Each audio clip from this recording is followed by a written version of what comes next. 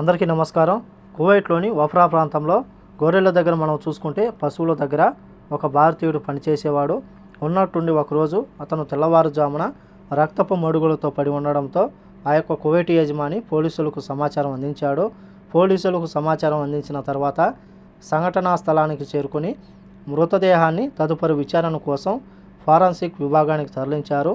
అలాగే విచారణ ప్రక్రియలో ఆ యొక్క భారతీయుని చంపింది కువైట్ వ్యక్తిని చెప్పేసి కువైట్ పౌరుడు ఆ యొక్క యజమాని అతన్ని కర్రతో కొట్టి కాల్చి చంపేశాడని చెప్పి పోలీసులు నిర్ధారించారు.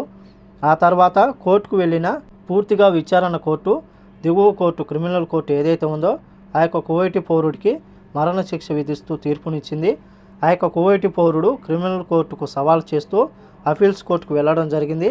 అపీల్స్ కోర్టులో న్యాయమూర్తి సారిక్ అల్ మొరాచి నేతృత్వంలోని కోర్ట్ ఆఫ్ కజేషన్ మరణశిక్షను సమర్థించింది.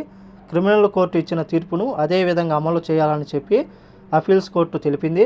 ఆ యొక్క భారతీయుని ఫస్ట్ కర్రతో కొట్టడం జరిగింది. కర్రతో కొట్టిన తర్వాత నిర్దాక్షిణంగా అతన్ని కాల్చి చంపడంతో పోలీసులు ఈ వ్యవహారాన్ని తెలుసుకుని కోర్టు ముందు హాజరుపరచడంతో కోర్టు ఏమీ ఆలోచించకుండా ఆ యొక్క కువైటీ పౌరుడికి మరణశిక్ష విధిస్తూ సంచలన తీర్పు ఇచ్చింది. ఏది ఏమైనా సరే ఆ యొక్క భారతీయుడు చనిపోవడం చాలా బాధాకరం. ఆ యొక్క కుటుంబాన్ని భారత ప్రభుత్వం కానీ కువైట్ ప్రభుత్వం కానీ ఆదుకోవాలని చెప్పి మనం అందరం ఆశిద్దాం. ఆ యొక్క కుటుంబం కోసం కువైట్కు వచ్చి పని చేస్తుంటే ఏదో చిన్న చిన్న తప్పులు చేసిన దానికి ఆవేశపడి ఆ యొక్క భారతీయుని చంపడం చాలా బాధాకరం.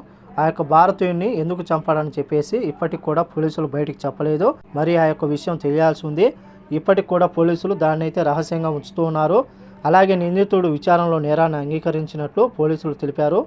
కాబట్టి ఈ వీడియో నచ్చితే లైక్ చేయండి, షేర్ చేయండి, సబ్స్క్రైబ్ చేసుకోండి. నెక్స్ట్ వీడియోలో మళ్ళీ కలుద్దాం. జై హింద్.